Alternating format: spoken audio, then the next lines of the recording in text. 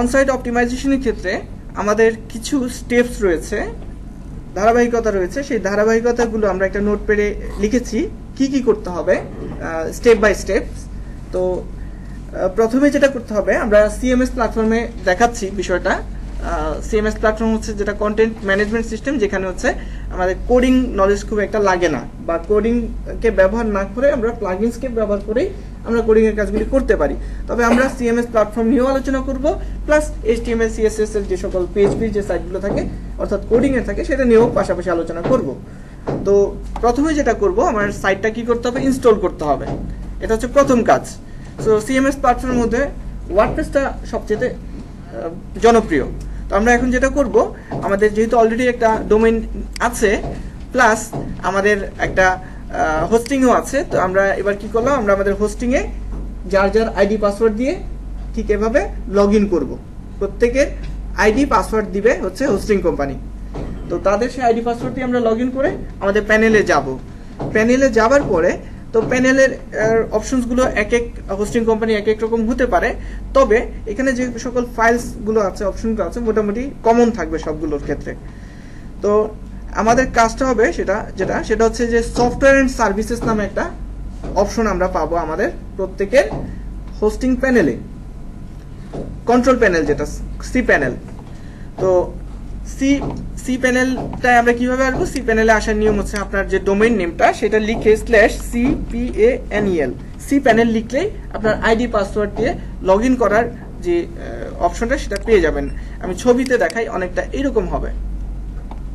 ঠিক আপনার domain /cpanel লিখে এভাবে আইডি পাসওয়ার্ড পাবেন, সেই আইডি এবং পাসওয়ার্ড দিয়ে লগ ইন করবেন, যেমনটা আমি করেছি। লগ ইন করার পর আপনার কাজ হচ্ছে সফটওয়্যার অ্যান্ড সার্ভিসেসে আসবেন, এবং এখানে এসে আপনি যেটা করবেন, আপনার সিএমএস প্ল্যাটফর্মটাকে ইনস্টল করার জন্য সাধারণত দুটা কমন অ্যাপ্লিকেশন বা সফটওয়্যার থাকে, একটা হচ্ছে সফটাকিউলাস, একটা হচ্ছে ফ্যান্টাস্টিকো। তো কোথাও কোথাও দুটাই থাকে আর কোথাও একটা থাকে। তো এখানে দুটো নাই, সফটাকিউলাস যেটা সেটা আছে, ফ্যান্টাস্টিকো নাই। আপনি যে কোনোটা দিয়েই কাজটা করতে পারেন। ওকে, তো আমরা আপাতত সফটাকিউলাস দিয়ে আমাদের সাইটটাকে ইনস্টল করব। সো আমি সফটাকিউলাসে সফটওয়্যার সার্ভিসে এসে সফটাকিউলাস এখন ক্লিক করব। তো আমরা আসলাম, সফটাকিউলাসে ক্লিক করলাম। ক্লিক করার পরে এখানে দেখেন বাঁ পাশে অপশন আছে ব্লগস। এই ব্লগের মধ্যে অনেক অপশনস আছে, কি করতে চান আপনি, কোন প্ল্যাটফর্ম ইনস্টল করতে চান, ঠিক আছে, এরকম অনেক ধরনের বিষয় আছে এখানে। আমরা এখান থেকে ব্লগস থেকে এখান থেকে ফোরামও ইনস্টল করা যাবে, ফোরাম পাই দেখি না আমরা, অনেক ধরনের অনেক কিছু করা যাবে। যাই হোক, তো আমরা ব্লগস থেকে এই ওয়ার্ডপ্রেসটা সিলেক্ট করে নিচ্ছি যে আমরা ওয়ার্ডপ্রেস প্ল্যাটফর্মে ইনস্টল করব। সেটা আসার পরে এখানে আমরা ইনস্টলে ক্লিক করব। ইনস্টলে ক্লিক করার পরে যেটা হবে সেটা হচ্ছে যে আমরা আমাদের সাইটটাকে ইনস্টল করার মুহূর্তে আমরা এখানে এটা দেখা আছে যে ডব্লিউপি একটা ফোল্ডারে এটা ইনস্টল হওয়ার জন্য, তো এটা আমি মুছে দিচ্ছি। এটা আমি আমার সাইটে কোনো ফোল্ডারে ইনস্টল করব না, সরাসরি আমি ইনস্টল করব। সো এখানে যে কিছু থাকলে সেটা আপনি মুছে দিবেন। ওকে, এখানে আপনার সাইটের টাইটেল হবে, সাইটের টাইটেলটা কি হবে। সো আমরা সাইটের টাইটেল হিসেবে কোনো কিছু একটা এখানে লিখতে পারি। তারপর হচ্ছে সাইটের যে ডেসক্রিপশন বা ট্যাগলাইন যেটা থাকে সেটা আমরা এখানে লিখতে পারি।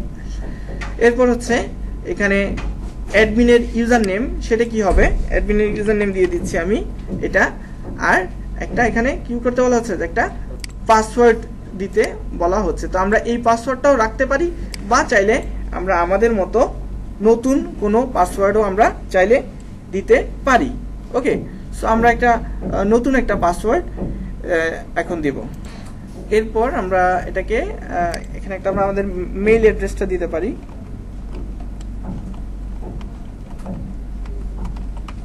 এরপর আমরা ইনস্টলে ক্লিক করব, ঠিক আছে। সো ইনস্টলে ক্লিক করে নিলাম।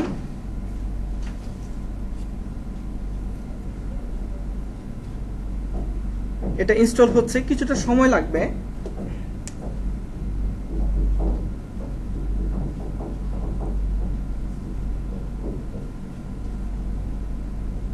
তো হ্যাঁ, ইনস্টল হয়ে গিয়েছে। তো তো আমরা যদি এবার যদি এখানে আমাদের সাইটটা এই অবস্থায় ছিল, তো এবার যদি আমরা একটু এটাকে রিলোড দেই, দেখি কি হয়, কোনো সাইট আসে কিনা। হ্যাঁ, সাইটটা সফলভাবে ইনস্টল হয়েছে। দ্যাটস ওয়াই দেখেন এখন একটা সাইট এসেছে। তো এবং আমাদেরকে বলা হচ্ছে যে সাইটে ড্যাশবোর্ডে মানে সাইটে লগ ইন করার জন্য। এই মুহূর্তে আমরা কোথায় আছি? আমরা কিন্তু সাইটে লগ ইন নাই, এই মুহূর্তে আমরা আছি আমাদের কন্ট্রোল প্যানেলে আছি, সি প্যানেলে আছে। এখন আমরা কি করতে বলতেছে যে যেহেতু ওয়ার্ডপ্রেস ইনস্টল করেছি, আমাদের example.com/wp-admin এভাবে এই লিঙ্কে যেতে হবে। এই লিঙ্কে গেলে পরে কি করবে, আমাদেরকে এখানে লগ ইন করতে সুযোগ দিবে। আমরা আমাদের লগ ইন করে নিচ্ছি। আমরা লগ ইন করছি। তো আমরা আমাদের সাইটে আমরা সাকসেসফুলি যেহেতু আমাদের ইনস্টল হয়ে গিয়েছে, আমরা আমাদের সাইটে এখন আমাদের ওয়ার্ডপ্রেস সাইটে আমাদের সাইট ধরেন example.com/wp-admin এইরকম লিঙ্কে গিয়ে আমাদের কিছুক্ষণ আগে যে আইডি পাসওয়ার্ডটা আমরা জেনারেট করলাম, সেই ID password generated ID password দিয়ে আমরা এখন কি করব, আমাদের সাইটে লগ ইন করবো। ওকে, সো আমরা আইডি পাসওয়ার্ড দিয়েছি, এখন আমরা লগ ইন করে নিচ্ছি। আচ্ছা, তো লগ ইন করলাম। লগ ইন করার পরে এখন আমাদের কিছু কাজ আছে স্টেপ বাই স্টেপ। তো আমাদের প্রথম কাজ যেটা ছিল সেটা হয়ে গেছে, ওয়ার্ডপ্রেস ইনস্টলেশনের কাজটা কমপ্লিট, ডান। ওকে, এবার সেকেন্ড কাজটা যেটা, যেহেতু এই মুহূর্তে এই ওয়েবসাইটটা ইনস্টল হয়েছে এবং এটা যদি এখন সার্চ ইঞ্জিনে ইন্ডেক্স হয়, তাহলে সার্চ ইঞ্জিন এসে দেখবে যে এই ওয়েবসাইটটাতে কিছুই নাই, একদম ফাঁকা একটা সাইট। সো প্রথমবার যখন সার্চ ইঞ্জিন আসবে এটাকে ক্রল করার জন্য, রিড করার জন্য, যদি দেখে এই অবস্থায়, এই অগোছালো অবস্থায় বা একেবারে ফাঁকা, তখন এই ওয়েবসাইটটার প্রতি সার্চ ইঞ্জিনের ইমপ্রেশনটা নষ্ট হয়ে যাবে। সো আমরা চাইবো না যে আমাদের সাইটটার ইমপ্রেশনটা প্রথমেই নষ্ট হয়ে যাক। এই জন্য আমাদের প্রথম কাজ যেটা ওয়ার্ডপ্রেস ইনস্টল করার পরে, সেটা হচ্ছে আমাদের সাইটটাকে যেন ইন্ডেক্স করতে না পারে, সেটার জন্য আমরা সেটাকে ডিসকারেজ করে দিব। তো আমরা আমাদের সাইটটাকে ইন্ডেক্সিংটা অফ করে দিব। পরবর্তীতে যখন আমাদের ওয়েবসাইটের সকল অপটিমাইজেশন শেষ হবে এবং কন্টেন্ট দেওয়া কমপ্লিট হবে, তারপর ফাইনালি যেদিন আমরা ওয়েবসাইটটাকে আমরা সেটাকে ইন্ডেক্সে দিব, তখন আমরা এই অপশনটা আবার তুলে নিব। তো কিভাবে করব সেটা, এটা হচ্ছে আমাদের সেটিংসে রিড করবে, যে সার্চ ইঞ্জিন রিড করবে, সেই রিডিংটা আমরা অফ করে দিব। সো রিডিং এ যাচ্ছি, সেটিংস থেকে রিডিং।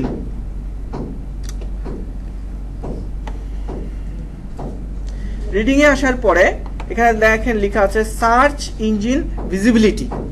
তো এই ভিজিবিলিটিটা আমি টিক মার্ক দিয়ে দিচ্ছি, যে ডিসকারেজ করে দিচ্ছি, যে যাতে এটা ইন্ডেক্স করতে না পারে। ওকে, সো এখন আমরা যদি এখানে যাই, ধরেন আমি যেটা করব স্ল্যাশ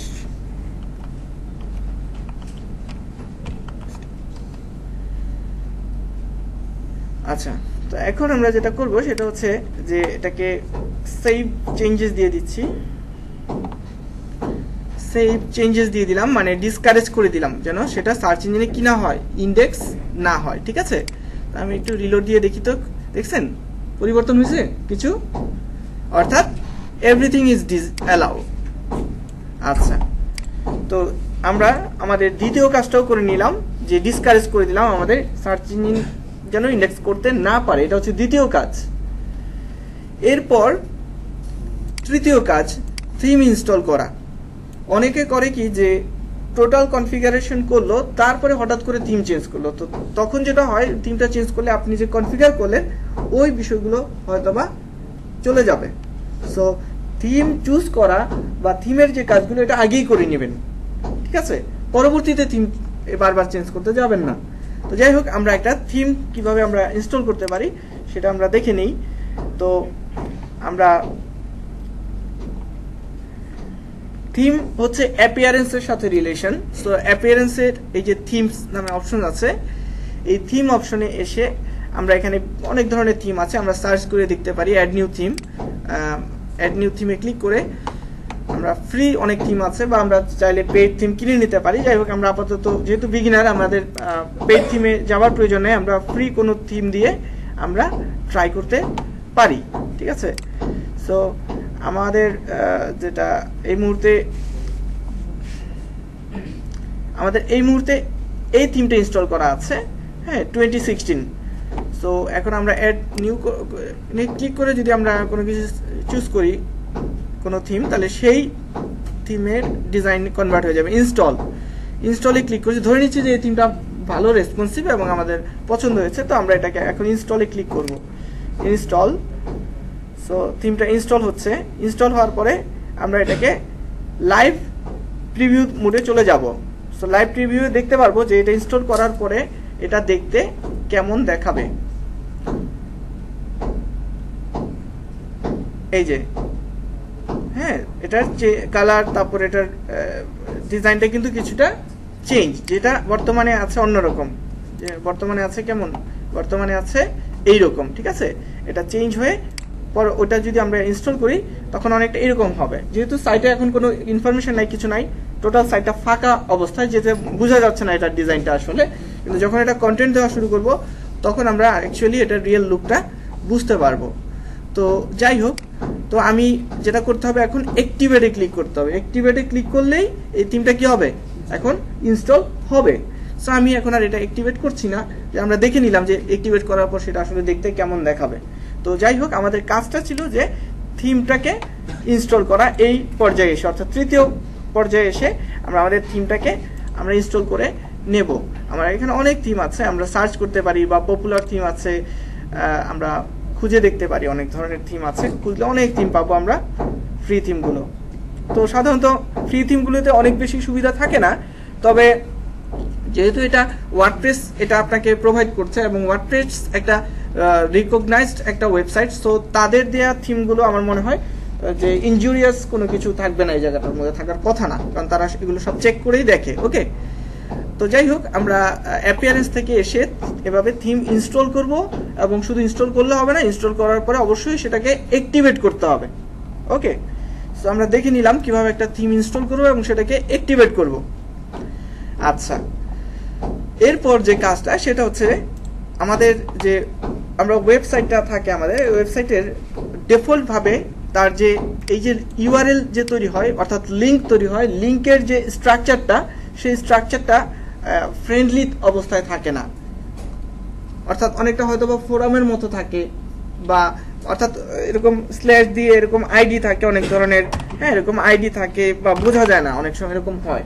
সো এটা কি হয় না, কখনো সার্চ ইঞ্জিন ফ্রেন্ডলিও হয় না, এবং সেটা কি হয় না, সেটা ইউজার ফ্রেন্ডলিও হয় না। এরকম আমরা কি দেখেছি এরকম লিঙ্ক কখনো? হ্যাঁ, এরকম লিঙ্ক আছে। আমরা যদি বিশেষ করে ই কমার্স সাইটগুলির দিকে যাই তাহলে দেখবো যে লিঙ্ক এরকম লিঙ্ক জেনারেট হয়। হ্যাঁ, ওটা কেন জেনারেট হয়, ওটার পিছনে কারণ আছে। কারণ ওইসব লিঙ্কে গেলে দেখবেন কি এরকম প্রশ্নবোধক চিহ্ন আছে, বা ডলারের মতো চিহ্ন আছে, এরকম এসব চিহ্ন আছে। কেন? কারণ ওগুলি হচ্ছে বিভিন্ন ওদের সোর্টিং করে, যেমন ই কমার্স সাইটগুলিতে বিশেষ করে কালার ওয়াইজ দেখাচ্ছে, মডেল ওয়াইজ দেখাচ্ছে, প্রাইস বিভিন্ন ইত্যাদি কারণে হয়। যাই হোক, আমাদের ওই ধরনের লিঙ্কসের প্রয়োজন নাই। আমরা একেবারে সার্চ ইঞ্জিন ফ্রেন্ডলি এবং ইউজার ফ্রেন্ডলি যেন লিঙ্ক আমার ওয়েবসাইটে তৈরি হয়, আমাদের সেই দিকটা মাথায় রাখতে হবে। আচ্ছা, এখন আপনি যদি ভাবেন যে ঠিক আছে আমি পারমালিঙ্ক সেটআপটা আমি পরে করব, এটা তো যে কোনো মুহূর্তেই করা যায়, যদি এটা ভেবে থাকেন তাহলে একটা সমস্যা আছে। সমস্যাটা কি? কারণ এই পারমালিঙ্কসের সাথে htaccess নামে একটা ফাইল আছে, তার একটা রিলেশন আছে। তো এটা যদি এটা অনেকে বোঝে না, ভাবে এটা পরে করব, কিন্তু ওটার সাথে ওটা একটা ইফেক্ট পড়ে। দ্যাটস ওয়াই এটাকে আপনি ধরেই ওটা যেতে হবে, তা না হলে পরে দেখবেন যে কাজ করতেছে না বা প্রবলেম হবে, বা এটা কাজ করবে কিন্তু অন্য জায়গায় কাজ হবে না, কিন্তু আপনি টের পাবেন না, বুঝতেই পারবেন না। সো যাই হোক, আমরা যে স্টেপসে যাচ্ছি ওই স্টেপসেই আমরা যাব। তো আমরা এরপর যে কাজটা সেটা হচ্ছে পারমালিঙ্কটা সেট করা। পারমালিঙ্ক কি? অর্থাৎ আমার যে ইউআরএল জেনারেট হবে, আমরা যে আর্টিকেল লিখবো বা পোস্ট দিব বা পেজ তৈরি করব, সেই লিঙ্কটা যেন রিডেবল হয়। ওকে, আচ্ছা, সো সেটা কিভাবে করা যায় সেটা আমরা পারমালিঙ্কস যে আমাদের সেটিংস আছে, সেটিংসে আসার পরে দেখেন পারমালিঙ্কস, তো পারমালিঙ্কসে ক্লিক করব। পারমালিঙ্কসে ক্লিক করে এখানে দেখেন লেখা আছে অটোমেটিক্যালি যেটা দিয়েছে আমাদেরকে এরকম ভাবে দিয়েছে যে ডে অ্যান্ড নেম, হ্যাঁ, অর্থাৎ এই যে তারিখ দেখাচ্ছে, কত তারিখ, 26 তারিখ 4 মাস 2016, তারপর হচ্ছে এরকম। তো এতে কি হচ্ছে যে ভিজিটররা এই ডেটটা দেখতেছে, কবে পাবলিশ হচ্ছে না, তো ক্রিয়েট হলো কি, বা ইউআরএলটা লম্বা হয়ে গেছে। তো এই পারমালিঙ্ক বা এই ইউআরএলটা লম্বা হয়ে গেলে যেটা প্রবলেম, সেটা হচ্ছে আমরা অলরেডি কম্পিটিটর অ্যানালাইসিসের ক্লাসে জেনেছি যে এই লিঙ্কটা কি বেশি বড় হওয়া উচিত না, তাই না? যত ছোট করা সম্ভব হয় ততই ভালো। যাই হোক, তো আমরা যেটা করব সেটা হচ্ছে এখান থেকে এই পোস্ট নেম এটা সিলেক্ট করে নিব। এটা হচ্ছে একেবারে সবচেয়ে বেশি ফ্রেন্ডলি, অর্থাৎ আপনি যেভাবে আর্টিকেলের টাইটেল দিবেন ঠিক সেভাবেই সে সেই টাইটেলের কথাটাকেই তার লিঙ্ক হিসেবে অটোমেটিক্যালি নিয়ে নিবে, যেটা একজন ভিজিটরও ইজিলি পড়তে পারবে এবং একটা সার্চ ইঞ্জিনও ইজিলি রিড করতে পারবে। ওকে, সো আমরা পারমালিঙ্কস এসে সেটা আপনার যে ফরম্যাটেই থাকুক, আপনি যেটা করবেন এই পোস্ট নেম এই ফরম্যাটটা সিলেক্ট করে নেবেন। ক্লিয়ার? সিলেক্ট করে এবার সেভ চেঞ্জেস। তাহলে এখন থেকে আমাদের যে লিঙ্ক জেনারেট হবে, যে এরকম ভাবে যে লিঙ্ক জেনারেট হবে, সেই লিঙ্কগুলো রিডেবল হবে। ক্লিয়ার বিষয়টা? তো আমরা যেটা করলাম সেটা হচ্ছে যে চতুর্থ ধাপে এসে পারমালিঙ্কটাও সেট আপ করে নিলাম। এরপর যেটা করা যায় সেটা হচ্ছে যে আমাদের ওয়েবসাইটে অনেক ধরনের আপনার স্প্যামিং হতে পারে, বিশেষ করে কমেন্ট স্প্যামিংটা সবচেয়ে একেবারে মানে সবার ক্ষেত্রেই আমরা এটা দেখতে পাই। তো কমেন্ট সেকশনে স্প্যামিং হয়, যেটা স্প্যামিংটা হচ্ছে আপনার ওয়েবসাইটের ডেটা ট্রান্সফারের কারণে ওয়েবসাইটকে স্লো করে দিতে পারে বা এটা হ্যাকিং এর পর্যায়ে যেতে পারে। তো আমরা যেটা করব সেই এটা প্রোটেকশনটার জন্য আমরা অ্যাকিসম্যাথ নামে একটা প্লাগইনস আছে, সেই প্লাগইনসটা আমরা ইনস্টল করব। শুধু ইনস্টল করলেই হবে না, ইনস্টল করার পর ওটার এপিআই কি অ্যাড করতে হবে। তো চলুন আমরা একটু দেখি প্লাগইনস। যেহেতু আগেই বলে নিয়েছিলাম ওয়ার্ডপ্রেস বা সিএমএস যে এই প্ল্যাটফর্মটা, এটার সবচেয়ে বড় সুবিধা হচ্ছে এখানে আমার যাই দরকার তাই আমি প্লাগইনসের মাধ্যমে সেই সুবিধাটাকে নিতে পারছি। এটাই সবচেয়ে মজার ব্যাপার। তা না হলে আপনার একটা প্রোটেকশনের জন্য আপনাকে আলাদা কি করতে হতো, একজন ডেভেলপারের মতন কোডিং নলেজ থাকতে হতো, কিন্তু এখন আপনি তা ইজিলি একটা প্লাগইনস দিয়ে কাজটা করে ফেলতে পারছেন। যাই হোক, তো আমরা প্লাগইনস আমরা এই জন্য যেটা করতে হবে, এই যে দেখেন প্লাগইনস নামে একটা সেকশনস আছে। সো অ্যাড নিউ প্লাগইনসে গিয়ে আমরা অ্যাড নিউ প্লাগইনসে যাব। তো এরপর যেটা আছে আমাদের আসলে অ্যাকিসম্যাথ নামে যে প্লাগইনসটা, এটা অলরেডি এখানে ইনস্টল করা আছেই। তো এটা আগে ইনস্টল করা ছিল, কারণ এখানে এই সাইটটা এমন না যে এই মাত্রই ইনস্টল হয়েছে, কারণ আপনারা দেখেছেন এর আগেও ইনস্টল করা ছিল। দ্যাটস ওয়াই এটা ইনস্টল হয়ে আছে। কিন্তু আপনাদের যেটা করতে হবে, এই অ্যাকিসম্যাথ এটা কথাটা লিখে তারপর কি করতে হবে, এখান থেকে সার্চ করে দেখতে হবে যে সেই প্লাগইনসটা আছে কিনা। এভাবে লিখে সার্চ করে দেখতে হবে। তো সার্চ করে এভাবে পেয়ে যাবেন। পাওয়ার পরে যেটা করতে হবে, ইনস্টল নাও এ ক্লিক করতে হবে। ইনস্টল নাও, তো আমাদের অলরেডি ইনস্টলড অবস্থায় আছে, দ্যাটস ওয়াই আমাদের এখন ইনস্টল করতে হচ্ছে না। কিন্তু আপনাদের ক্ষেত্রে এরকম হতে পারে যে ইনস্টল নাও থাকলে ক্লিক করতে হবে। তো আমি ধরে নিচ্ছি এখানে তো ইনস্টল, তাই ইনস্টল নাও নাই, ক্লিক হবে না। আমি এটা দিয়ে বুঝাচ্ছি, যেমন ইনস্টল নাও এ ক্লিক করতে হবে, যে কোনো প্লাগইনস ইনস্টল নাও এ ক্লিক করার পর অবশ্যই অ্যাক্টিভেট প্লাগইনসটা ক্লিক করতে হবে। ঠিক আছে? সো আমাদের অলরেডি এই অ্যাকিসম্যাথ প্লাগইনসটা যেহেতু ইনস্টল করা আছেই এবং অ্যাক্টিভেট করা আছে কিনা সেটা আমরা দেখবো। এই জন্য প্লাগইনসে চলে যাচ্ছি, গিয়ে দেখি যে অ্যাকিসম্যাথটা অ্যাক্টিভেট করা আছে কিনা। না, অ্যাকিসম্যাথটা ইনস্টল করা আছে কিন্তু অ্যাক্টিভেট করা নাই, তাই আমার কি করতে হবে, এখন অ্যাক্টিভেটে ক্লিক করতে হবে। সো আমি অ্যাক্টিভেটে ক্লিক করে নিচ্ছি। আচ্ছা, এইবার দেখেন আর লেখা নাই যে অ্যাক্টিভেট, আর তাছাড়া এখানে লেখা আছে যে অ্যাক্টিভেট ইউর অ্যাকিসম্যাথ অ্যাকাউন্ট। আচ্ছা, এই অ্যাক্টিভেট কি আর ওই অ্যাক্টিভেট কি? এই অ্যাক্টিভেট হচ্ছে প্লাগইনসটা ইনস্টল আছে কিন্তু সচল অবস্থায় নাই। ওকে, আর এটার মানে হচ্ছে যে অলরেডি এটা ইনস্টল করাই আছে, এখন চাইলে আপনি ডিঅ্যাক্টিভেট করুন। আর এই অ্যাক্টিভেট মানে হচ্ছে যে ইনস্টল মানে সাইটে অ্যাক্টিভ আছে, কিন্তু স্প্যাম প্রোটেকশনের জন্য তাদের যে এপিআই কিটা লাগে, এটা লেখা আছে দেখেন এখানে যে sign up for an Akismet plan to get an API key. তো অ্যাকিসম্যাথ প্ল্যানের আওতায় আসতে হলে আপনাকে যেটা করতে হবে, এই এপিআই কিটা সাধারণত ডলার দিয়ে কিনতে হয়। তো আমরা যেটা করতে পারি যে আমরা ডলার দিয়ে কিনবো না, আমরা ফ্রিতেও এপিআই কি নিতে পারি। ওকে, সো এখন এপিআই কি নিতে হলে আপনাকে যেটা করতে হবে, এখানে সাইন আপ করতে হবে, রেজিস্ট্রেশন করতে হবে। সো আমি এখন সেই রেজিস্ট্রেশনের জায়গায় যাচ্ছি না, আমি জাস্ট এপিআই কিটা কিভাবে কোত্থেকে আনবেন সেটা জাস্ট আমি এখান থেকে দেখিয়ে দিব এই পিকচারের মাধ্যমে। তো এই জন্য যেটা করতে হবে আপনাকে, একismath-এর যে সাইট আছে তাদের, সেই একismath-এর সেই সাইটে যেতে হবে, akismath.com।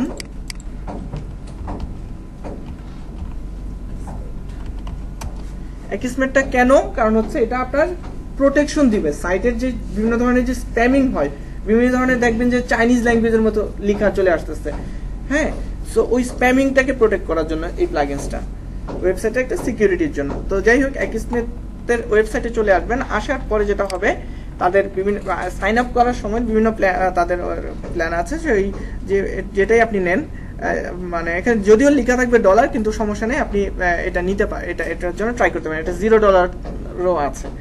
তো সাইন আপ প্রসেসে যাওয়ার পরে যেটা করতে হবে, আপনাকে আপনার ইমেল, ইউজার নেম, পাসওয়ার্ড এইসব ইত্যাদি ইত্যাদি দিতে হবে।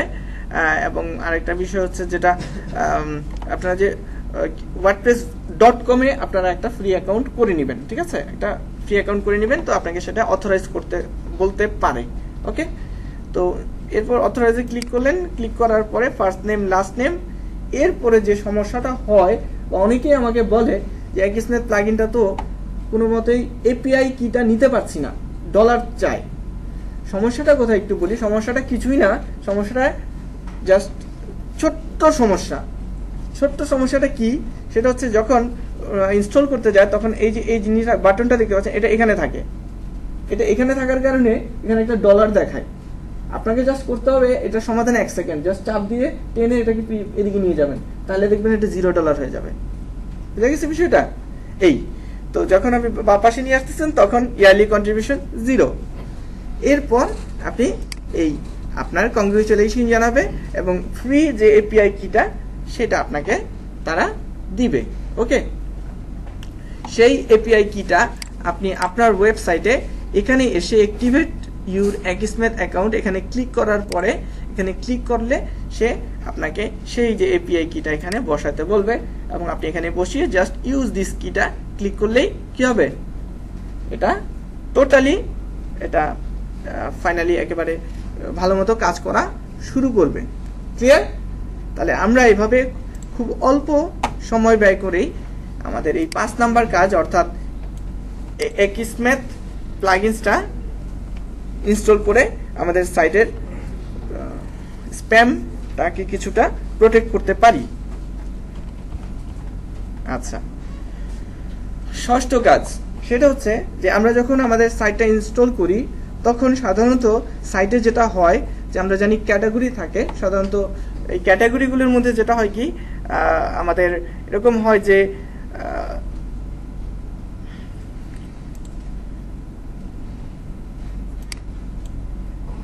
আনক্যাটাগরাইজড নামে একটা ক্যাটাগরি অটোমেটিক্যালি জেনারেট হয়ে থাকে, ঠিক আছে, আনক্যাটাগরাইজড। তো ব্যাপারটা হচ্ছে যে যখনই কোনো আর্টিকেল আপনি পাবলিশ করতে যাবেন তখন যদি কোনো কারণে ক্যাটাগরি সিলেক্ট করা না হয় বা ভুলে যান, তাহলে অনেক ক্ষেত্রে এই আনক্যাটাগরাইজড ক্যাটাগরিতে সেটা কি হয়ে যায়, পাবলিশ হয়ে যায়, যেটা মোটেও ফ্রেন্ডলি না।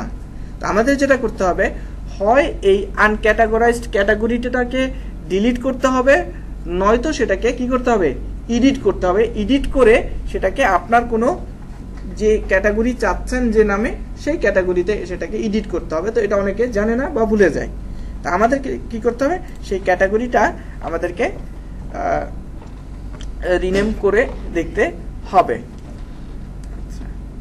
তো পোস্ট থেকে আমরা এই যে ক্যাটাগরিজে যাচ্ছি, ক্যাটাগরিজে যাওয়ার পর দেখেন এখানে আছে আনক্যাটাগরাইজড একটা ক্যাটাগরি, তাই না? এটাকে কি করতে হবে, হয় আমরা কি করব, এটাকে ডিলিট করব, নয়তো এটাকে এডিট করব, ঠিক আছে, সেটা করব। তো আমরা চাইলে এডিটও করতে পারি, তবে আমার মতে ডিলিট করাই বেস্ট, সেটাকে এডিট না করে ডিলিট করে দেওয়াটাই বেস্ট। ওকে, সেটাই উত্তম হবে। তো আপনারা এটাকে ডিলিট করে দিবেন। ডিলিট করার আগে নতুন একটা ক্যাটাগরি ক্রিয়েট করে নিন, ঠিক আছে। এটা ডিলিট করার আগে কি করবেন, এখানে একটা নাম দিবেন, তারপর হচ্ছে স্লাগ মানে হচ্ছে যে ওই ক্যাটাগরির মানে ওই ক্যাটাগরিরও তো একটা ইউআরএল হয়, অ্যাড্রেস হয় না? হ্যাঁ, ওটারও তো একটা অ্যাড্রেস হয়। যেমন এই যে আমি এই লিঙ্কে যাচ্ছি, এই যে ভিউ, এটা কি হলো, এই যে ক্যাটাগরি, তারপরে কি আনক্যাটাগরাইজড, মানে এটা ওই ক্যাটাগরিরও তো একটা কি হবে, নাম হবে, মানে লিঙ্ক তৈরি হবে না, সেটাই স্লাগ বোঝানো হচ্ছে। তো বলা হচ্ছে যে স্লাগটা আপনি কি দিবেন। ওকে, বিষয়টা বোঝা গেছে। এখানে আমি যদি এডিটে যাই, দেখেন এখানে লেখা আছে এই যে স্লাগ হচ্ছে আনক্যাটাগরাইজড। ওকে, দ্যাটস ওয়াই এই যে এটা হচ্ছে সেই স্লাগটা, তো সেইটার নামটা আপনাকে দিতে হবে। এই হচ্ছে কাজ। তো এখানে যে কোনো একটা নাম দিতে পারেন ক্যাটাগরির, বা ক্যাটাগরির নাম যেটা স্লাগটাও সেটাই দিতে পারেন। বেশি বড় নাম দিতে যাবেন না, ছোট নাম দিবেন। এবং আরেকটা বিষয় বলে রাখি যে ইচ্ছে মতো ক্যাটাগরি ক্রিয়েট করতে যাবেন না। যে আপনারা ধরেন চাচ্ছেন যে 10টা ক্যাটাগরি ক্রিয়েট করবেন, হ্যাঁ, অথচ আপনার ওয়েবসাইটে আর্টিকেল মাত্র 50টা। এখন তাহলে প্রতিটা ক্যাটাগরিতে কয়টা করে পোস্ট যাচ্ছে? অ্যাভারেজে 5টা। তাহলে ওই ক্ষেত্রে অনেক সময় এমন হয় যে সার্চ ইঞ্জিন যখন আসছে, সার্চ ইঞ্জিন, তখন সার্চ ইঞ্জিন ভাবছে যে এই সাইটের ক্যাটাগরিগুলি খুব পোর, কারণ এক একটা ক্যাটাগরিতে অ্যাভারেজে মাত্র 5টা করে কন্টেন্ট, তাই না? কিন্তু আমার মতে যদি আপনার ওয়েবসাইটে ধরেন আপনার একটা প্ল্যান থাকে যে আমি 50টা আর্টিকেল পাবলিশ করব, সেক্ষেত্রে সেটা আপনার ওইরকম 10টা ক্যাটাগরি না হয়ে যদি আপনি 5টা ক্যাটাগরি করেন, তাহলে প্রতি ক্যাটাগরিতে কয়টা করে কন্টেন্ট হচ্ছে? 10টা। তার মানে সে বুঝতেছে যে না, এর ক্যাটাগরিগুলো কি একটু এনরিচড অবস্থায় আছে, তাই না? সো এই জন্য অপ্রয়োজনীয় ক্যাটাগরি ক্রিয়েট করতে যাবেন না। এবং আরো একটা কারণে ক্রিয়েট করতে যাবেন না, কারণ এই ক্যাটাগরিগুলো যেটা করবে আপনার লিঙ্ক বাড়িয়ে দিবে সাইটের, এবং এই লিঙ্কসগুলো কি হবে, পুরো সাইটের যেখানেই যান ওই লিঙ্ক কিন্তু প্রতিটা পেজেই অ্যাভেলেবেল। ঠিক আছে? সো যতটা কম সম্ভব সেটা করাই ভালো। এছাড়া কিওয়ার্ড ডেনসিটির যে ব্যাপার আছে, সেই কিওয়ার্ড ডেনসিটিটাকেও ক্ষেত্র বিশেষে সেটা ব্রেক করে দেয়। এই জন্য মাথায় রাখবেন যে ক্যাটাগরি যতটা কম রাখা যায়, আচ্ছা বাড়াতে পারেন, কিন্তু সাথে সাথে সেইটার পোস্টেরও কিন্তু রেশিওটা বাড়াইতে হবে। যাই হোক, তো আমরা এই পর্যায়ে এসে আমাদের রিনেম করে দিতে পারি আমাদের এই আনক্যাটাগরাইজড ক্যাটাগরিটাকে, বা ডিলিট করে দিতে পারি। ডিলিট করার আগে আমরা অবশ্যই একটা নতুন একটা ক্যাটাগরি তৈরি করে নেব। ক্লিয়ার? আমরা দেখে নিলাম কিভাবে এখান থেকে ক্যাটাগরি ক্রিয়েট করা যাবে এবং আনক্যাটাগরাইজড ক্যাটাগরিটাকে কিভাবে এখান থেকে চেঞ্জ করা যাবে। গেল। তো সপ্তম পর্যায়ে এসে আমরা যেটা করতে পারি, আমাদের আনইউজড ওয়ার্ডপ্রেস থিম এবং প্লাগইনস গুলো আমরা রিমুভ করে দিতে পারি, কারণ সেগুলো শুধু আমাদের সার্ভারেরকে বিজি রাখার কোনো প্রয়োজন নাই। সো আমরা যেটা করতে পারি যে আমাদের প্লাগইন সেকশনে যেতে পারি। প্লাগইন সেকশনে গিয়ে যদি এরকম মনে হয় যে কোনো প্লাগইন যেটা আমাদের প্রয়োজন নাই বা আমরা ইনস্টল করিনি, সেটা চাইলে আমরা সেটা ডিলিট করতে পারি। যেমন এটাকে ডিলিট করে দিতে পারি। ঠিক আছে? এই যে ডিলিটে ক্লিক করলে কি হবে, এটা ডিলিট হয়ে যাবে। ওকে, সো আমি আপাতত ডিলিট করছি না, আপনারা ডিলিট করে নেবেন। এরপরে হচ্ছে যদি অ্যাপিয়ারেন্সে গেলাম, অ্যাপিয়ারেন্সে যাওয়ার পরে আনইউজড যে থিমগুলো থাকবে, হ্যাঁ, সেই আনইউজড থিম, অর্থাৎ এই যে এগুলি আমরা হয়তো এটা ব্যবহার করবো না, এটা করবো না, এটা করবো না, তো এইগুলিকে আমরা কি করতে পারি, এগুলিকেও আমরা কি করতে পারবো, এগুলিকেও আমরা চাইলে সরিয়ে দিতে পারবো। তো আমাদের এগুলোর প্রয়োজন নাই। ঠিক আছে? যেগুলি প্রয়োজন নাই, এরকম ধরেন ব্যাপারটা হচ্ছে আপনি এখন ধরেন 5টা থিম দিয়ে টেস্ট করে দেখলেন, তাহলে হবে কি, ওই 5টা থিমই কিন্তু এখানে আবার জায়গা দখল করে রাখবে। এই জায়গাতে কি হবে, আরো 5টা ট্রাই করে দেখেছিলেন যে দেখতে কেমন দেখা যায়, দেখতে গিয়ে যে ইনস্টল করেছিলেন, ওই ইনস্টলগুলি কিন্তু সার্ভারে জমা হয়ে আছে। আপনার এই যে যেটা করতে হবে, এগুলোকে কি করতে হবে, সরিয়ে ফেলতে হবে। ঠিক আছে? তার মানে আমরা আনইউজড যে থিম বা প্লাগইনস থাকে, সেগুলি আমরা কি করে দিব, সেটাকে রিমুভ করে দিব বা ডিলিট করে দিব। এরপর যে বিষয়গুলো আসতেছে, এগুলি একটু অ্যাডভান্স লেভেলের বা বিগিনারদের জন্য অপশনাল, মানে করলেও চলবে, না করলেও চলবে, করতে পারলে ভালো আর না করতে পারলেও সমস্যা নাই। ঠিক আছে? তা আমার মনে হয় যে আপনারা এখন বিগিনার, কিন্তু সবসময় তার বিগিনার থাকবে না, একটা সময় জানার প্রয়োজন পড়বে, তখন সেই সময়টার জন্য আমি এখন এগুলি জানিয়ে দিচ্ছি আপনাদেরকে। ক্লিয়ার? আচ্ছা, সেটা কি, সেটা হচ্ছে ডিরেক্টরি ব্রাউজিং বলে একটা কথা আছে সাইটের, সেটা একটু ডিটেলসে বুঝাই। যেমন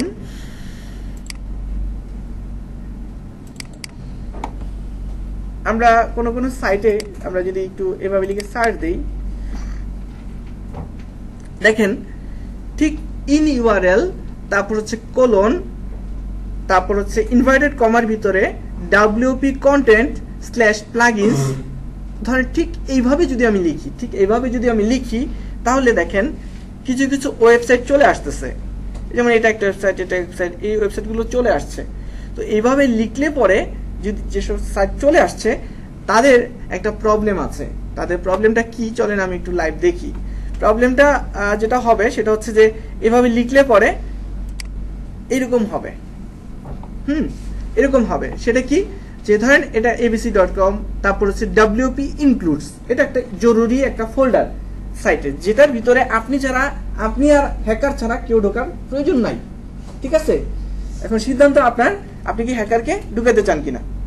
তো যাই হোক, তো এখন দেখেন, এখন এই ধরনের ইম্পর্টেন্ট ফাইল ফোল্ডার লোকেশনগুলি যদি আপনি অন রাখেন, এটা ডিফল্টভাবে অন অবস্থা থাকবে, তো সে কি করবে, এভাবে ডিরেক্টরি ব্রাউজিং, সে ঢুকে দেখতে পারবে আপনার ওয়েবসাইটে কোথায় কি কি ইনস্টল করা আছে, সেটা ভার্সন কত, ইত্যাদি ইত্যাদি ইত্যাদি, এবং তার জন্য আপনার ওয়েবসাইটে হ্যাক করা একদম ইজি হয়ে যাবে। আমার মনে হয় আমরা এটা হতে দিব না। ঠিক আছে, এখন যেহেতু বিগিনারদের সাইটে হ্যাকাররা হ্যাক করার কথা না, তাই তো, কিন্তু তারপরেও আমরা ধরে নিচ্ছি যে এগুলি আমাদের পরবর্তীতে লাগবে। তো বোঝা গেছে বিষয়টা, যে ডিরেক্টরি ব্রাউজিং জিনিসটা কি, ক্লিয়ার? এভাবে লিখলাম, লিখার পরে আমরা খুঁজে দেখি কিছু আসে কিনা। দেখেন কিছু ওয়েবসাইট এসেছে এভাবে লিখায়, আমি এটায় যাই, তারপরে এটাতে যাই, এটা কয়েকটা ওয়েবসাইটে যাই। তো যাবার পরে দেখেন এই যে আমি এই ওয়েবসাইটের একটা ফাইলের ভিতরে চলে আসছি। ঠিক আছে, ডিরেক্টরি, এটাকে বলে ডিরেক্টরি, এটা একটা ডিরেক্টরি, এগুলি ডিরেক্টরি। ঠিক আছে, সেগুলি আমি কি করতে পারতেছি, ব্রাউজ করতে পারতেছি। যেমন ধরেন আমি যদি এটায় চাপ দিই, এটার ভিতরে হয়তো আমাকে নিয়ে যাবে। ঠিক আছে, দেখছেন আমি তার সব ফোল্ডার ফাইলগুলিতে আমি ঢুকে যাচ্ছি। ঠিক আছে, তারপর দেখেন আমি সব জেনে ফেলতেছি যে তার কোনটা কি, হ্যাঁ, অনেক কিছু আমি জানার ক্ষমতা রাখছি। এই যে জেটপ্যাক ক্লিক করলাম, এখানে ক্লিক করলাম, এই যে তার ভার্সন দেখতে পাচ্ছি, তাই না? তো আমি তার সবকিছু কিন্তু বুঝে ফেলতেছি, তার ওয়েবসাইটের কি কি জিনিস সে অ্যাপ্লাই করেছে এবং সেটার ভার্সন কত। সো এটা জানাতে তার ওয়েবসাইটের জন্য এটা একটা হুমকি স্বরূপ। আমরা যেটা করবো, এই ধরনের ডিরেক্টরি ব্রাউজিংটা, এটা ব্রাউজ করতেছি না, তার সাইটের জায়গাগুলোতে আমি ঘোরাঘুরি করতেছি। তো এটা হচ্ছে এই ডিরেক্টরি ব্রাউজিংটা আমরা কি করে দিব, আমরা অফ করে দিব। ঠিক আছে, আমরা ডিরেক্টরি ব্রাউজিংটা যেটা হলো, সেই ডিরেক্টরি ব্রাউজিংটা আমরা অফ করে দিব। তো এটা অফ করা খুব সহজ। তো এটার জন্য জাস্ট ছোট্ট একটা কোড অ্যাড করতে হয়, আর কিছুই না। সেটা কি, অপশনস অল -indexes, এই কথাটা অ্যাড করতে হবে জাস্ট। ওকে, এই কথাটা। আর উপরের জিনিসটা কি, এটা হচ্ছে একটা কমেন্টের মতো আর কি বলা যায়, এটা দিলে হয় না দিলে হয়, আপনি চাইলে দিতেও পারেন। ঠিক এইভাবে ডিরেক্টরি ব্রাউজিং, মানে এটা বোঝার জন্য যে এই কোডটা হচ্ছে ডিরেক্টরি ব্রাউজিং, আর কিছু না। হ্যাঁ, বলতেছি। তো এটা আমরা যেটা করব, আমরা এই কোডটা আমরা অ্যাড করব। অ্যাডটা করব কোথায়? অ্যাডটা করব হচ্ছে আমাদের htaccess ফাইলে। ঠিক আছে, আমাদের htaccess ফাইলে আমাদের এই অপশনস অল ইন্ডেক্স এই কথাটা অ্যাড করতে হবে। চলুন একটু যাই, সেটা কোথায়, সেটা হচ্ছে সি প্যানেল, আমাদের যে কন্ট্রোল প্যানেল, সেই কন্ট্রোল প্যানেলে আমরা গেলে পরে সেইখানে আমরা htaccess ফাইলটা পাবো হচ্ছে ফাইল ম্যানেজারে। ফাইল ম্যানেজারে ক্লিক করতেছি, শো হিডেন ফাইল সিলেক্ট করা থাকতে হবে অবশ্যই, এবং গোতে যাব। গোতে যাবার পরে এখানে আপনি দেখতে পাবেন এই যে .htaccess, এখানে গিয়ে এডিটে ক্লিক করতে হবে। তবে আমি বলে রাখি, এখানে যদি কোনো কোডিং একটু 19-20 হয়, সাইটটা কিন্তু টোটালি ভ্যানিশ হয়ে যাবে। সো এটা আপনার রিস্ক থেকে করবেন, আপনি না পারলে করবেন না। ঠিক আছে, htaccess এর কোডে যদি ভুল করেন, সাইটে কিন্তু দেখবেন সাইটই নাই, এরকম হয়ে যাবে। সো এটা আপনি নিচে রিস্কে যদি করতে পারেন করবেন। তো আমি দেখানোর স্বার্থে আমি দেখাচ্ছি। এডিটে ক্লিক করতেছি, এডিটে ক্লিক করার পরে আমি জাস্ট এই এন্ড ওয়ার্ডপ্রেস এই কথাটার নিচে কি করব, অপশনস অল ইন্ডেক্সটা কি করব, লিখব। যে কোডটা এখানে দেখলেন না ছিল, এই যে এই কোডটা জাস্ট কি করব, কপি করে আমি এখানে পেস্ট করে দেব। শেষ করে জাস্ট সেভে ক্লিক করব। বুঝা গেছে বিষয়টা?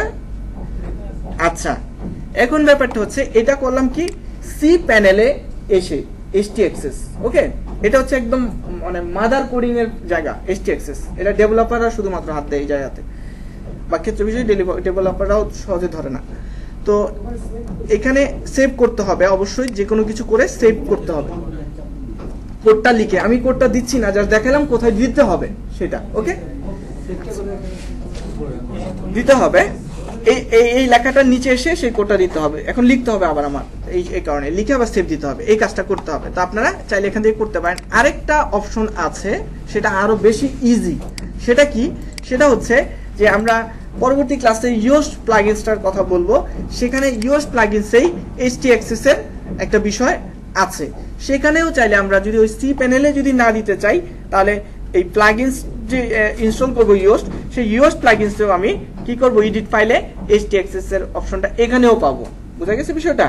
এখানেও পাবো, চাইলে আমি এখানেও দিতে পারি।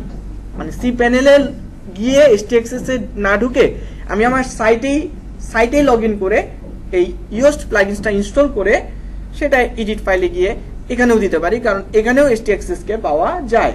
বুঝা গেছে বিষয়টা? ঠিক আছে? আচ্ছা, তো এইভাবে আমরা যেটা করতে পারি, আমাদের ডিরেক্টরি ব্রাউজিংটা আমরা বন্ধ করে দিতে পারি। ঠিক আছে?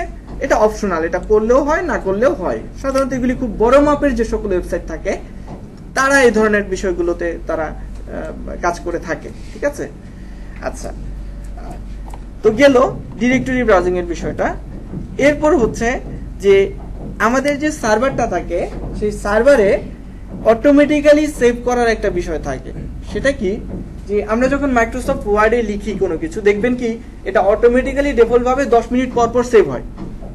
বিদ্যুৎ চলে গেলে দেখবেন এটা সেভ হয়ে আছে, তাই না? 1 ঘন্টা লিখেছিলেন যেটা, সেটা এরকম সেভ হয়ে আছে। তো এটা কেন হয়? অটো সেভ হয়। অটো সেভ হলে কি হয়, এটা অটো রিকভারিতে কিন্তু এটা জমা হয়, তাই না? তো সার্ভারের ক্ষেত্রে আপনার ওয়েবসাইটটা যখন আপনি আর্টিকেল পাবলিশ করতে যাবেন, তখন যেটা হবে কি, সেও অটোমেটিক্যালি কি করবে, একটু পর পর সেভ করবে। সাধারণত সেটা ডিফল্ট ভাবে কি হয়, 1 মিনিট অর্থাৎ 60 সেকেন্ডস হয়। অর্থাৎ প্রতি 60 সেকেন্ড পর পর আপনার নেটের কানেকশনটা একটু খুলে দিয়ে দেখবেন কি যে কি হয়। দেখবেন যে এটা নেট চলে যাওয়ার পরেও এটা মানে প্রতি 60 সেকেন্ড পর পর সে সেভ করতেছে, তার মেমোরিতে ডেটাবেজে জমা করতেছে। বুঝা গেছে বিষয়টা? এছাড়া আরেকটা বিষয় হয়, সেটা হচ্ছে যে আপনি যতবারই আপনার ধরেন 1 বছর আগে যে পোস্টটা আপনি পাবলিশ করেছিলেন, সেটা যদি আজকে আপডেট করেন, তাহলে এই আপডেটটাও ওখানে জমা হবে। তাহলে কি হচ্ছে, ঘটনাটা কি দাঁড়াচ্ছে, আপনার ভারী হয়ে যাচ্ছে ডেটাবেসটা, তাই না? সো এই ডেটাবেসটা যখন ভারী হবে, স্বাভাবিকভাবেই কি হবে, স্বাভাবিকভাবেই যেটা করতে হবে যে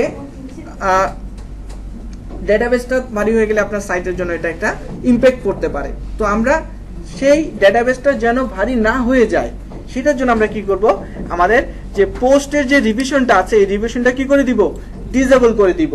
অথবা ডিসেবলও করতে পারি, অথবা আমরা একটা লিমিট রাখতে পারি যে এটা লাস্ট 3টা পোস্ট পর্যন্ত রিভিশন রাখতে পারবে, সর্বশেষ 3টা বা রাখবেই না। বুঝা গেছে বিষয়টা? এরকম। এবং আরেকটা বিষয় সেট করে দিতে পারি, সেটা হচ্ছে যে আপনার যে কত মিনিট পর পর সেটা রিভিশনটা করবে, সেটা এই পোস্ট রিভিশনটা আমরা এভাবে কি করতে পারবো, আমরা যেটা করতে পারবো যে টাইমটা যেটা 60 সেকেন্ড মানে 1 মিনিট, সেটাকে আমি আমার পছন্দ মতো নিতে পারবো। আমি চাইলে সেটাকে 5 মিনিটেও নিতে পারি। তাহলে 5 মিনিটে নিলে সুবিধা কি, যে 5 মিনিট পর পর অটো সেভ করবে। তাহলে ভালো না আমার জন্য, তাহলে ডেটাবেসটা ভারী হচ্ছে না। তো এই কাজটা কিভাবে করা যায়, এটা আপনি চাইলে করতেও পারেন, নাও করতে পারেন, এটা একেবারে ম্যান্ডেটরি কিছু না, করলে ভালো, এই জন্য আমি অপশনাল লিখেছি। তো যাই হোক, তো এই পোস্ট রিভিশনের যে বিষয়টা, পোস্ট রিভিশন, তারপর ডিরেক্টরি ব্রাউজিং, ঠিক আছে, এই বিষয়গুলো কিন্তু আমি কোডিং এর মাধ্যমেও দেখালাম। অর্থাৎ এটা আপনি কোডিং এর মাধ্যমে দেখানো মানে কি, এটা CMS এও চলবে এই মেথড, HTML PHP সাইটেও একই মেথড। বুঝা গেছে বিষয়টা? এখন ব্যাপারটা হচ্ছে এই কাজগুলো কিন্তু আমরা প্লাগইনস দিয়েও চাইলে করতে পারি। অর্থাৎ এই যে যেমন ডিরেক্টরি ব্রাউজিং বন্ধ করা, এটা প্লাগইনস দিয়ে করতে পারবো। পোস্ট রিভিশন ডিলিট করা বা কন্ট্রোল করা, সেটাকে প্লাগইনস দিয়ে করতে পারবো। ঠিক আছে, অনেক কিছু আমরা এই যে এটাকে প্লাগইনস দিয়ে করতে পারবো। সো এখন যেটা বলতেছি, প্লাগইনস দিয়ে নয়, যেন আপনি সিএমএস এবং নন সিএমএস দুইটাতেই যেন করতে পারেন, সেই মেথডটাই বলা হচ্ছে। তো উপরের যেটা আমরা বললাম কোডিং এর মাধ্যমে। আচ্ছা, এবার পোস্ট রিভিশন বন্ধ করার যে বিষয়টা, চলুন আমরা একটু দেখি। তো পোস্ট রিভিশনটা বন্ধ করতে হলে যেটা করতে হয় সেটা হচ্ছে যে এই যে পোস্ট রিভিশনটা অনেকটা দেখতে এরকম হয়, যে রিভিশন 3 উইক আগেও এরকম দেখাচ্ছে, অনেক কিছু দেখাচ্ছে। তো এই পোস্ট রিভিশনটা এখানে এই যে দেখেন রিভিশন 2, হ্যাঁ, দুইবার রিভিশন দেখাচ্ছে, এখানে আপডেট হয়েছে যে আবার নতুন করে এখানে এরকম হচ্ছে। তো এই রিভিশনগুলি জমা রাখে সে ব্রাউজিং। তো আমরা যেটা করতে পারি সেটা হচ্ছে যে আমাদের কন্ট্রোল প্যানেলে আমরা লগ ইন করতে পারি। আমরা কি কন্ট্রোল প্যানেলে একটু আগে লগ ইন করলাম না? এরকমই তো ছিল দেখতে। তো সেখানে গিয়ে আমরা যেটা করব, wp-config.php নামে একটা অপশন আমরা এখানে আমরা খুঁজে দেখব যদি পাওয়া যায় কিনা। তো আমরা সেখানে আমরা যাব। তো ফাইল ম্যানেজার আমরা এখানে, আচ্ছা এখানেই আছে, এখানে যাওয়া লাগবে না। ফাইল ম্যানেজার থেকে এখানে আসার পরে আমরা দেখব wp-config.php নামে ফাইলটা পাওয়া যায় কি না। হ্যাঁ, এবং পেয়েছি আমরা। সো আর এটাকে কেটে দিচ্ছি আমি। এটাকে কি করতে হবে, রাইট ক্লিক করে এডিটে ক্লিক করতে হবে। এডিটে ক্লিক করার পরে এখানে বলা হচ্ছে, এডিটে ক্লিক করার পরে এখানে কি করতে, একটা কোড আছে, সেই কোডটা বসাতে বলা হচ্ছে। এই কোডটা এখানে ফলস মানে কি? ফলস মানে হচ্ছে যে রিভিশন বন্ধ, বুঝা গেছে? আর ফলসের জায়গায় আপনি যদি মনে করেন যে না আমি রিভিশন বন্ধ করব না, বা আমি লাস্ট 3টা রিভিশন পর্যন্ত জমা রাখবে, এরপর রাখবে না, এটাও করতে পারেন। তো সেটা কিভাবে করবেন, সেটাও করা সম্ভব। তো এছাড়া প্লাগইনস এর মাধ্যমে বেটা ডিলিট রিভিশন ম্যানেজার প্লাগইনস দিয়েও আপনি এই কাজটা করতে পারবেন। ঠিক আছে, সবভাবেই করতে পারবেন। বা WP অপটিমাইজ নামে একটি প্লাগইনস আছে, সেটা দিয়েও চাইলে করতে পারবেন। তো আমি এই মুহূর্তে প্লাগইনস নয়, বরং যেটা করা যায় যে পোস্ট রিভিশনটা বন্ধ করার জন্য যে বিষয়টা, সেটা হচ্ছে এই যে এই কোডটা। ঠিক আছে, এই কোডটা আমরা কি করব, কপি করব। এই কোডটা কপি করতে পারি, বা এইটা। ঠিক আছে, যে আমাদের দুইটা থেকে যেটা আপনি এইটাই করেন। হ্যাঁ, তাহলে হবে কি লাস্ট 3টা রিভিশন সে মনে রাখবে। নিচের কোডটা, এই কোডটা আপনি কি করবেন, কপি করবেন। এই কোডটা কপি করে এটা করবেন, abs path নামে একটা ফাইল এখানে খুঁজে দেখবেন যে পাওয়া যায় কিনা। কন্ট্রোল F লিখে দেখি তো, abs path, abs। আচ্ছা, সো abs path এই যে আমি পেয়েছি, দেখেন এই যে abs path এর ফাইলটা এখানে পেয়েছি। ওটা তো জাস্ট উপরে আমরা নাম লেখা। তো abs path এর যে ফাইলটা পেয়েছি, এই যে দেখেন that's all, stop editing, happy blogging, এই যে কথাটা, এই কথাটার উপরে আমি কি করতে পারি, আমার ওই কোডটাকে এনে এখানে, অর্থাৎ এই লেখাটার নিচে abs path-এর উপরে আমাদের ওই কোডটা আমরা কি করতে পারি, এই কোডটা আমরা জাস্ট পেস্ট করে কি করব, সেভ করে দিব। ক্লিয়ার বিষয়টা? ফাইনালি এটা কি করব, আমি ওই কোডটা আমার এই যে abs path, আমি আবারও দেখাচ্ছি যে এই যে abs path-টা, এই abs path-এর উপরে যে কোডটা, এই কোডটার উপরে আমি আমার সেই কোডটাকে পেস্ট করে সেভ করে দিব, কাজ শেষ। বুঝা গেছে? তাহলে এটা কিন্তু কোডিং এর মাধ্যমে করেছি, তার মানে যে কোনো সাইটের ক্ষেত্রে এটা প্রযোজ্য, সিএমএস নন সিএমএস দুইটা। আর যদি আপনি মনে করেন যে না আমি কোডিং এর মাধ্যমে করব না, তাহলে করেন, আপনি প্লাগইনস এর মাধ্যমেও চালু করতে পারেন, আপনার খুশি। প্লাগইনস, অনেক ধরনের প্লাগইনস আছে। ক্লিয়ার বিষয়টা? তো আমরা যেটা করলাম, পোস্ট রিভিশনটাও আমরা কি করলাম, ডিসেবল করে দিলাম। এরপর হচ্ছে অ্যাডমিন অ্যাকাউন্ট। সেটা কি, যে আমরা যখন একটা সাইট ইনস্টল করি, সেটা অটোমেটিক্যালি সাধারণত যেটা হয়, যে ধরেন সাধারণত যেখান থেকে হোস্টিং কিনলেন কারো কাছ থেকে, তারা অনেক সময় করে কি ওয়েবসাইটে ইনস্টল করে দেয়, কারণ অনেকে জানে না, স্বাভাবিক, সবাইকে আর এসইও জানে নাকি। তো তারা কি করে, ইনস্টল করে দেয় আপনার ওয়েবসাইটটা, যেটা আমরা প্রথমেই শিখলাম আজকে। তো ইনস্টল করার সময় যেটা হয়, অটোমেটিক্যালি অ্যাডমিন নামে একটা কি হয়, জেনারেট হয়, অ্যাডমিন নামে একটা আইডি জেনারেট হয়। তো হ্যাকাররা সাধারণত যেটা করে সেটা হচ্ছে যে প্রথমেই তারা ট্রাই করে যে ইউজার নেমটা হচ্ছে অ্যাডমিন, মানে ইউজারের নেমটা হয় অ্যাডমিন, তাই না? তো ওটা অ্যাডমিনে থাকাটা ঠিক না। এই জন্য আপনাকে যেটা করতে হবে, এটা অপশনাল, চাইলে করতে পারবেন, নাও করতে পারেন বাড়তি লেয়ারের জন্য। তো ওই ডিফল্ট যে অ্যাডমিন অ্যাকাউন্টটা থাকবে, যেটার ইউজার নেমটাই হচ্ছে অ্যাডমিন, সেটা কি করতে হবে আপনাকে, সেটা ডিলিট করে দিতে হবে। বুঝা গেছে বিষয়টা? ডিলিট করে দিতে হবে। বা ধরেন কোনো বায়ারের কাজ পেলেন, যে বায়ারের ওয়েবসাইট আরো 3 বছর আগে করা এবং তার সকল পোস্ট হচ্ছে ওই অ্যাডমিন অ্যাকাউন্ট থেকে করা, মানে অ্যাডমিন ইউজার নেমে যে অ্যাকাউন্টটা সেখান থেকে করা, তাহলে প্রবলেম না? এখন ওইটা ডিলিট করলে তার আগের 2 বছরের যত পোস্ট পাবলিশ করে সব ডিলিট হয়ে যাবে, তাই না? তো আমাদের যেটা করতে হবে, আমরা সেটা কাজটা করব, সেটা হচ্ছে যে এটাকে আমরা যেটাকে বলা হয় যে আমরা অ্যাট্রিবিউট করে দিব নতুন একটা অ্যাকাউন্টে। এই জন্য কি করতে হবে, আমাদের যেটা করতে হবে ইউজার্সে যাব। ইউজার্সে যদি আমি যাই, এখানে ইউজার্সে গেলাম, ইউজার্সে যাবার পরে এখানে দেখেন এটা তো আমরা ইনস্টল করার সময় ইনস্টল করেছিলাম, তখন আমরা নাম দিয়েছিলাম বিদায় এটা নাম আছে। ডিফল্ট ভাবে কিন্তু এটা কি হয়ে যেত, অ্যাডমিন হয়ে যেত বা কিছু একটা হয়ে থাকতো ডিফল্ট ভাবে, ঠিক আছে? সো এগুলো হ্যাকারদের জানা আছে যে ডিফল্ট ভাবে কি কি হয়, তাই না? আমি চেঞ্জ করেছি বিদায় এরকম আছে, কিন্তু সব ক্ষেত্রে কিন্তু চেঞ্জ নাও হতে পারে। তো আপনাকে যেটা করতে হবে, অন্য আরো একটা এখান থেকে ধরেন আপনি যে এখানে লেখা অ্যাডমিন লেখা ধরে নেন, ঠিক আছে? অ্যাডমিন লেখা। এখন আপনি ওখান থেকে চাইলে এটাকে ডিলিট করতে পারবেন না। কেন করতে পারবেন না? কারণ হচ্ছে এটাকে যদি ডিলিট করেন তাহলে আপনি তো সাইটের ভিতরে তাহলে কে থাকবে? এটা তো সম্ভব না, তাই না? সাইটের ভিতরে অ্যাডমিনই যদি ডিলিট করে ফেলেন সেটা তো পারবেন না, সম্ভব হবে না। তো এই জন্য যেটা করতে হবে, প্রথমে একটা নতুন ইউজার এখানে অ্যাড করতে হবে, অ্যাড নিউ। তো একটা নতুন ইউজার আমরা এখানে অ্যাড করব, তার নাম দিব, তার ইমেল দিব, তারপর ওয়েবসাইট লাগবে না, তারপর এখানে পাসওয়ার্ড অটোমেটিক্যালি একটা জেনারেটেড পাসওয়ার্ড অটোমেটিক্যালি এখানে আছে, বা চাইলে আপনি আপনার পছন্দ মতো পাসওয়ার্ডও তাকে দিতে পারেন। তো আমার দরকার নাই, আমি যেভাবে আছে সেভাবেই থাকো, যে এটার ভিতরে একটা পাসওয়ার্ড আছে আর কি, ওই পাসওয়ার্ডটা তার কি হবে, তার ইমেইলে চলে যাবে। যে ইমেলটা লিখবেন ওই ইমেইলে চলে যাবে, যে তার এই ওয়েবসাইটে লগ ইন করার জন্য লগ ইন অ্যাড্রেস এবং তার কি ইউজার নেম দিলেন এবং তার কি পাসওয়ার্ড সবকিছু ওখানে চলে যাবে। সে কি করবে, এবং রোল হিসাবে অবশ্যই তাকে অ্যাডমিনিস্ট্রেটর সিলেক্ট করে দিতে হবে। দেওয়ার পরে অ্যাড নিউ ইউজার, তার কাছে মেইল চলে যাবে যে অমুক ওয়েবসাইট থেকে এরকম আপনাকে অ্যাডমিনিস্ট্রেটর হিসেবে দায়িত্ব দেওয়া হয়েছে। অ্যাডমিনিস্ট্রেটর বলতে কি আমিও এখানকার অ্যাডমিনিস্ট্রেটর, মানে এই ওয়েবসাইটের আমি ওনার, সবকিছু করার ক্ষমতা রাখি, সেও সবকিছু করার ক্ষমতা রাখবে। তো তখন কি হবে, সে এখন আপনাকে যেটা করতে হবে, ধরে নিচ্ছে যে আমরা এখানে একটা অ্যাকাউন্ট কি করলাম, তৈরি করলাম। হ্যাঁ, এখন আমি ধরে নিচ্ছি আমার নাম দিলাম, ইমেল দিলাম, এসব দিলাম এবং অ্যাডমিনিস্ট্রেটর সিলেক্ট করলাম, অ্যাড নিউ ক্লিক করলাম।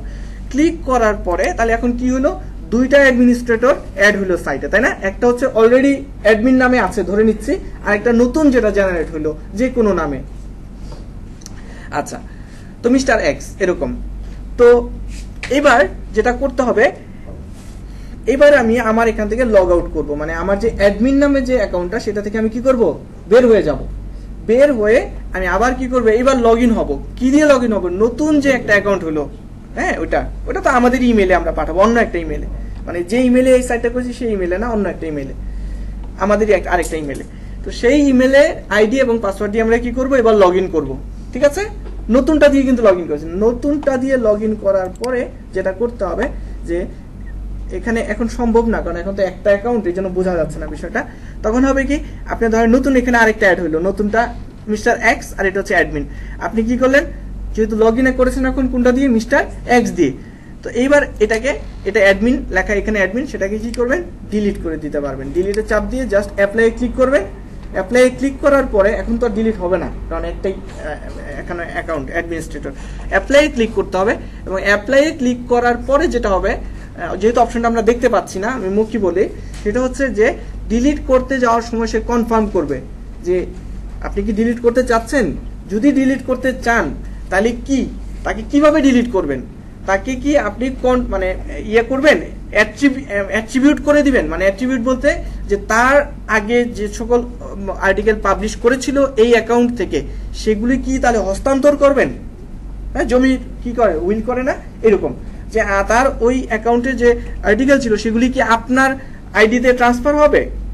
তখন কন্ট্রিবিউট হিসেবে আপনার যে নতুন মিস্টার এক্স সেটা সিলেক্ট করে দিতে হবে। দিলে পরে ওটা অ্যাকাউন্ট ডিলিট হবে, এবং ওই অ্যাকাউন্টের আন্ডারে যত কিছু হয়েছিল, সেটিংস বলেন বা যা কিছু হয়েছিল, সবকিছু কি হবে, আপনার এখানে হস্তান্তর হবে। জি, বুঝা গেছে বিষয়টা? ক্লিয়ার তো? যেটা করতে পারি সেটা হচ্ছে যে লগইনের যে ইরর বলে একটা কথা আছে, হ্যাঁ, এই লগইন ইররটাকে আমরা হাইড করে দিতে পারি সিকিউরিটির জন্য। সেটা কি? সেটা হচ্ছে, চলুন আমরা একটু দেখি লাইভ, তাহলে বুঝতে পারবো। ধরেন আমরা সাইটটা থেকে এখন কি করব, লগ আউট করব। ঠিক আছে, লগ আউট করলাম, সাইট থেকে লগ আউট করেছি। আমার কিন্তু সি প্যানেলে আমাদের তেমন কোনো কাজ নাই। ঠিক আছে, জাস্ট এখান থেকে যে কয়েকটা কোডিং এর কাজ ছিল ওটা করার জন্য জাস্ট সি প্যানেল, নাহলে সি প্যানেলে যাওয়ারই দরকার নেই আপনার।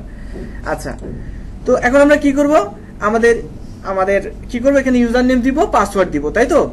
সো দেখেন, আমি আমার ইউজার নেম তো এটাই ছিল, তাই না? এখন একটা পাসওয়ার্ড, ধরেন পাসওয়ার্ড আমি ভুল দিব। এখন অন্যজন জানে যে এই টিউটোরিয়ালটাতে যখন আইডি পাসওয়ার্ড তৈরি করেছিল তখন নাম ছিল এটা অনেকেই জানে এবং এটার মধ্যে অলরেডি ইনক্লুড।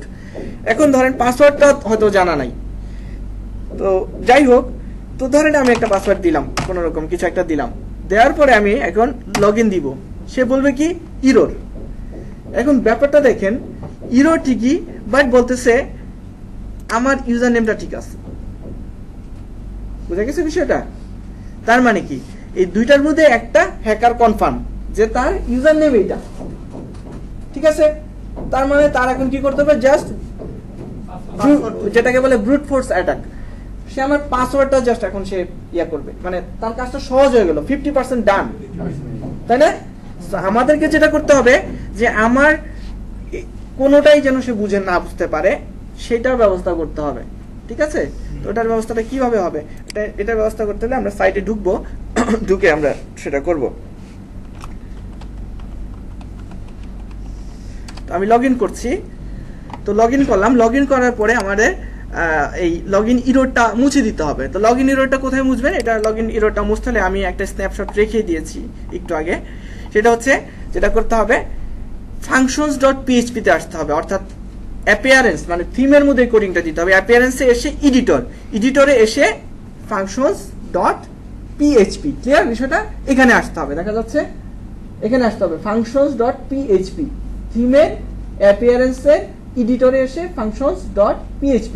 আচ্ছা, আসলাম। আসার পরে আমরা উপরেই দিতে পারি এই কোডটা চাইলে। এই যে দেখেন একটা পিএইচপির মতো একটা লেখা আছে না, চিত্র, এটা আমরা লাইভ দেখাবো এখন। ওটার নিচে আমি এই কোডটা অ্যাড করে দিতে পারি। তো সেটা কিভাবে করা যায়, আপনারা একটু আগে খেয়াল করেছিলেন তো যে আমার নামটা ওখানে দেখাচ্ছিল রং হওয়ার পরে সিলেক্ট করেছিলাম। এখন কি হয় দেখি, চলেন অ্যাপিয়ারেন্সে যাব। অ্যাপিয়ারেন্স থেকে এডিটরে গিয়ে যাব হচ্ছে এই যে functions.php। আসলাম functions.php। আসার পরে আমি এই কোডটাকে কপি করব, আমি এই কোড দিয়ে দিব আপনাদেরকে, সমস্যা নেই। সো এবার আমি এটার নিচে আমি সেই কোডটা পেস্ট করে দিচ্ছি, ক্লিয়ার? পেস্ট করে দিলাম এবং এটাকে এখন আমি কি করব, আপডেট করে নিচ্ছি। এইবার আমি লগ আউট করে আবার ভুল পাসওয়ার্ড দিব, দেখবো যে হয়টা কি। সো আমি এবার আবার লগ আউট করে নিচ্ছি। এবার লগ আউট করে ধরেন আমি লিখলাম আমার সঠিক ইউজার নেমটাই লিখলাম। ধরেন আপনারা জানেন আমার ইউজার নাম এটা হতে পারে, ধারণা করে নিয়েছেন, এবং একটা পাসওয়ার্ড দিলেন কোন রকম। দেখেন এইবার আর ওই নামটা উপরে আসবে না। আসছে কিছু?